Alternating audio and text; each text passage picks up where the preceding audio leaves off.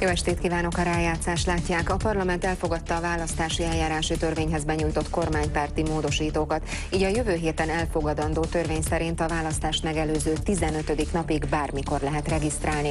Egyesületek továbbra sem állíthatnak majd jelölteket a parlamenti választáson. Erről is kérdezzük majd ma este a Közigazgatási és Igazságügyi Minisztérium államtitkárát, Rétvári Bencét, aki már úton van hozzánk a parlamenti szavazásról, de mutatjuk további témáinkat is röviden. Gazdák elfoglaltak egy földbérleti pályázaton elnyert területet a Fejér megyei Kajászón. Jogosak-e a reklamációk az állami földpályázat miatt? Sebestyén Róbertet, a Nemzeti Földalapkezelő elnökét kérdezzük. A médiatanács érvénytelennek minősítette a Klubrádió pályázatát. Az ítélőtábla ezzel ellentétes döntéseket hoz. A hatóság vizsgálatért az ügyészséghez fordul. A stúdióban Auer János, a médiatanács tagja. A NOP hivatalosan is bejelentette, hogy az üzbék Kigijev kizárása miatt magyar ellenfele kaphatja az olimpiai bronzérmet. Vendégünk Hatos Gábor szabadfogású birkózó. A rájátszás mai első vendége pedig Sebestyén Róbert, a Nemzeti Földalapkezelő Szervezet elnöke. Jó estét kívánok! Jó estét kívánok! Üdvözlöm. A szakértőjük, a földalapkezelő szakértője ma látogatott Kajászóra. Mivel találkozott? Egyáltalán milyen akcióra került sor tegnap pontosan? Tegnap egy olyan akcióra került sor, amikor néhány gazda, vagy legalábbis magukat gazdának nevező személy egy haszonleti pályázat eredményeként velünk szerződést kötött haszonbérlő, használaton lévő területekre ráment, vagy területre ráment, és ott mintegy 10 hektárnyi területet saját akaratokból jogellenesen felszántottak. De miért, honnan tudják ebben a pillanatban, hogy ez jogellenes volt? Hát onnan tudjuk, hogy ezen a területen egy szabályosan pályázat útján megkötött haszonleti szerződés áll fent a haszonbérlővel, senki más nem használhatja ezt a területet.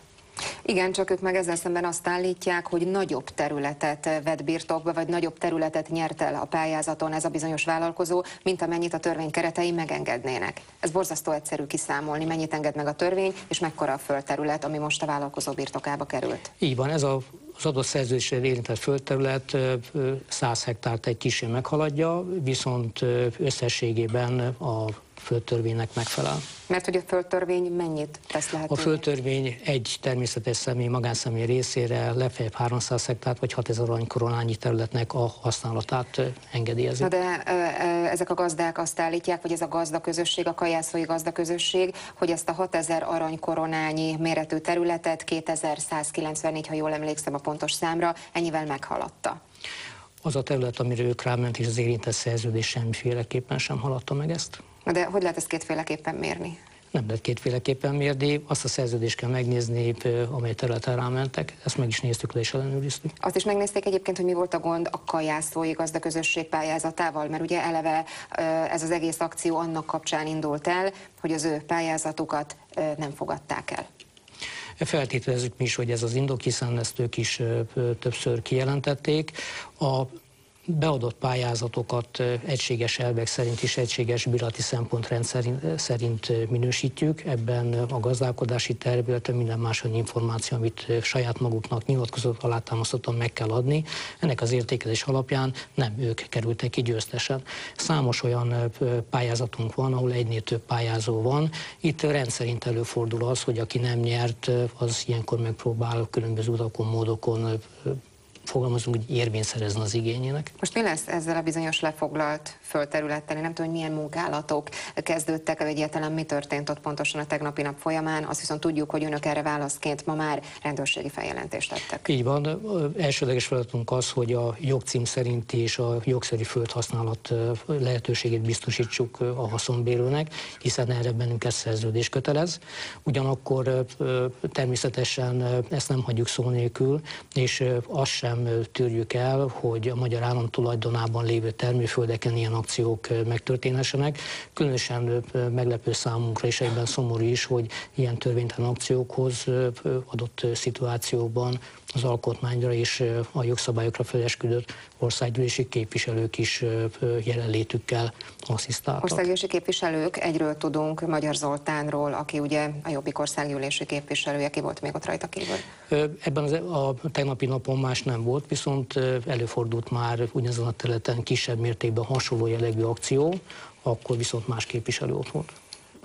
Egyébként, hogyha már itt a törvénytelenségnél vagy törvényességnél, jogszabályoknál tartunk, azt is állítják a kajászói gazdák, hogy nem csupán ez az egy feltétel, aminek nem felelt meg ez a vállalkozó, hanem például nem rendelkezik olyan mezőgazdasági gépekkel sem, amelyekkel a törvény szerint kellene, hogy rendelkezzen, hogy a pályázatot megnyerhesse. Ezt vizsgálták?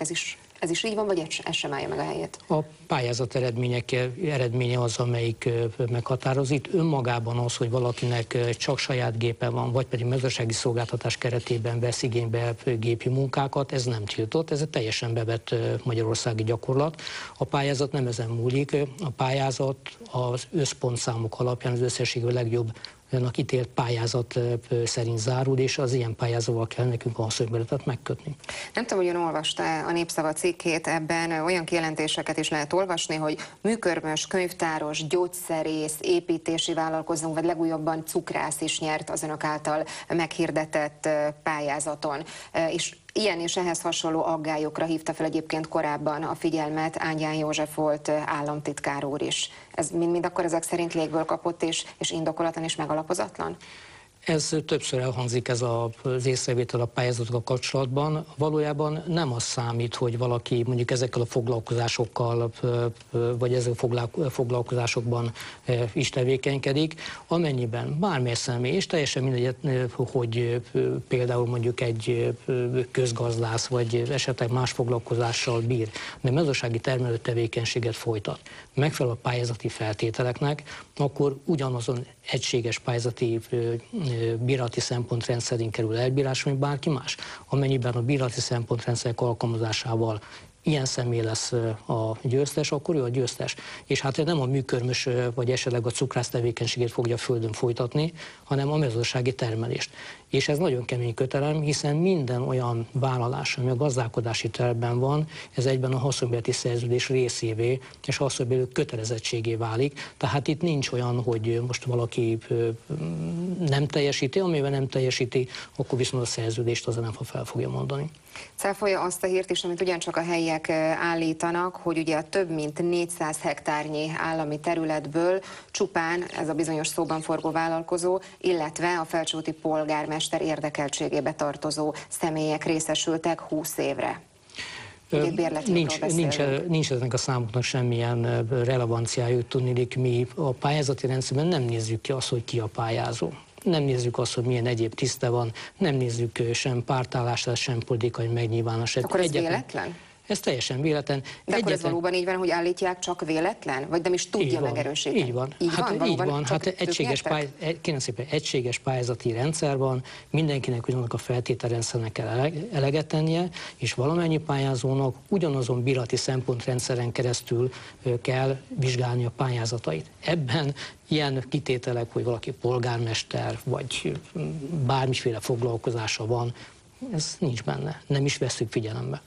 Egyébként, hogyha már itt a területekről beszélünk, mekkora a földhaszonbérletre ajánlott területek száma, és egyáltalán ez a mezőgazdasági területeknek, a magyarországi mezőgazdasági területeknek mekkora hányadát teszik ki?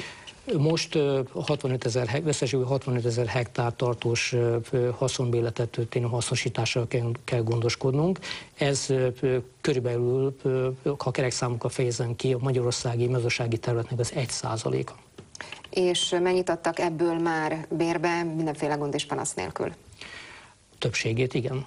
Többségét panasz nélkül. Az a tapasztalatunk, hogy rendszerint olyan területeken jelennek meg panasszal, ahol tényleg nagyon nagy számban indult a pályázók, illetve ott, ahol valami külső ráhatásokán a pályázók, vagy nem nyertes pályázók egy része úgy gondolja, hogy akkor ilyen akciókat kíván. Mi külső ráhatás okán? Ön szerint erre bizonyos gazdaszövetségre kihatott külsőleg?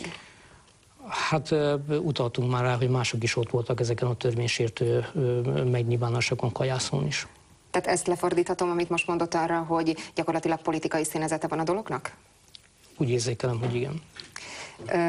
Mi a biztosíték arra egyébként, akkor ebből kiindulva, hogy a pályázatok valóban tisztán zajlanak ki, és hogyan vállalja ezért a garanciát?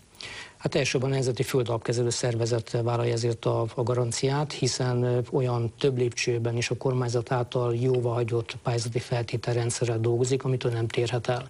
A másik garancia az, hogy ezek a feltételrendszerek egyértelműen a hatályos jogszabályokon alapulnak. A harmadik garancia pedig az, hogy mi magunk is természetesen ellenőrizzük minden megkötött haszonbérleti szerződésnek a teljesülését, és az első gazdasági év végével tételesen meg fogjuk vizsgálni, részben már vizsgáljuk is, hogy a pályázók, a nyertes pályázók a haszonbérleti szerződésével vállalt kötelezettséget teljesítik-e vagy nem. Tehát itt a konkrét szóban forgó eset, vagy szóban forgó pályázat jogilag tiszta volt, a jog, a törvény, a jogszabály betűjének megfelelt, és a kajászói gazdák fellépése volt törvénytelen? Tehát itt tartunk ebben a pillanatban? Így van, így ítéljük meg. Többször megvizsgáltuk ezeket a pályázatokat, nem csak a kajászói pályázatot, minden olyan pályázatot, amelyet többször már különböző fórumokon aként minősítettek, hogy valami szabálytárság lett volna. Nem csak mi vizsgáltuk, az arra ellenőrzése is vizsgálata jogosult különböző testületek, kezdve a Mezőgazdasági Bizottság, Ellenőrzési Albizottságától, illetve adott esetben a vidékfejlesztési miniszter is tételesen elrendelt adott vizsgálatokat adott pályázatokon, és ezeket meg is tettük. Ezeknek az eredménye azt mutatja, hogy a pályázataink szabályosak. Akkor tehát most ebben a pillanatban a gárdonyi rendőrkapitányságon pattog a labda. Így van. Köszönöm, hogy eljött és elmondta. Köszönöm szépen. Ezt.